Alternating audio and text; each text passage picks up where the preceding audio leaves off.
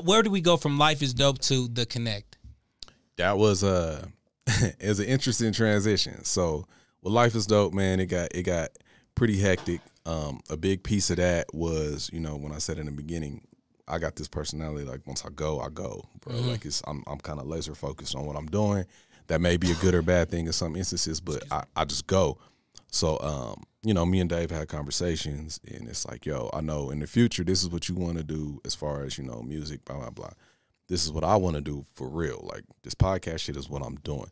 So we had them talks, and we pre-recorded a lot of Life is Dope episodes. So what people don't know is, like, we hadn't recorded way longer than what people thought, but we had so many episodes stacked that it looked like we were still going. Right. And so with that, the spot that we was recording at closed, which was a big hindrance because then we was bouncing around trying to do the interviews with people and the shit. You know how that go, bro. Yeah, because the last one that I seen on Life is Dope is the Bun B. Yeah. And you see, we wasn't like at a studio now. We went and met him up. So like trying to do that consistently and get guests, and it was like, all right, this shit is becoming a little bit of a hassle, man. So we just had that talk, like let's put it on hold for a minute.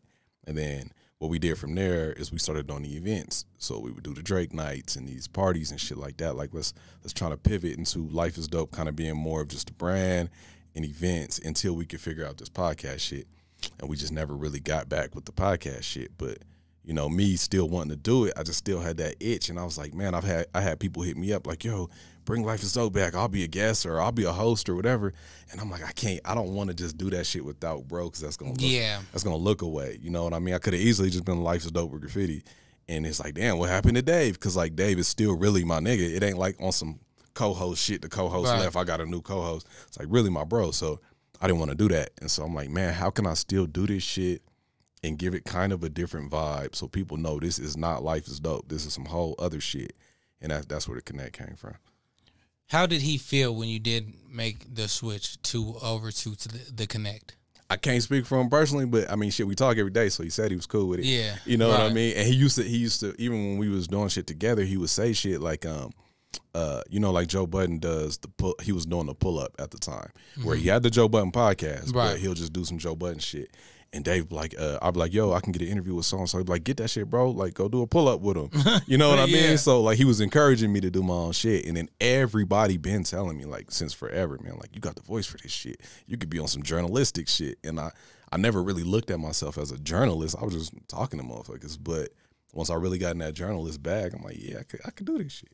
How do you feel to be at one of the biggest platforms as far as black media out here? Because when you go to the Connect, you got interviews from all types of different people from the city. How does that feel knowing that you are a pillar in the city as far as black media? It still doesn't click, man. It's something I'm still trying to digest because at the end of the day, like I turn the mic off and I'm still just me. I still got to go home to my kids and deal with they badass and, you know, deal with the shit at home and you know how it goes. So it's not really like a fame or nothing like that. Like I'm still me in my head. So I just feel like it's necessary. I just did this interview with Kevin, CEO for Connect for Health. And like for me, that was just important. Like I'm like, shit, my brothers need health insurance. Let me put this shit out. Right. So I wasn't looking at it like, oh, this is about to be the biggest shit in the city. Like, nah, like that's when I have these conversations is, oh, yo, this artist is dope. And I know they're not about to get no looks nowhere else. Let me just have them on and talk to them real quick. So that's my mindset looking at it.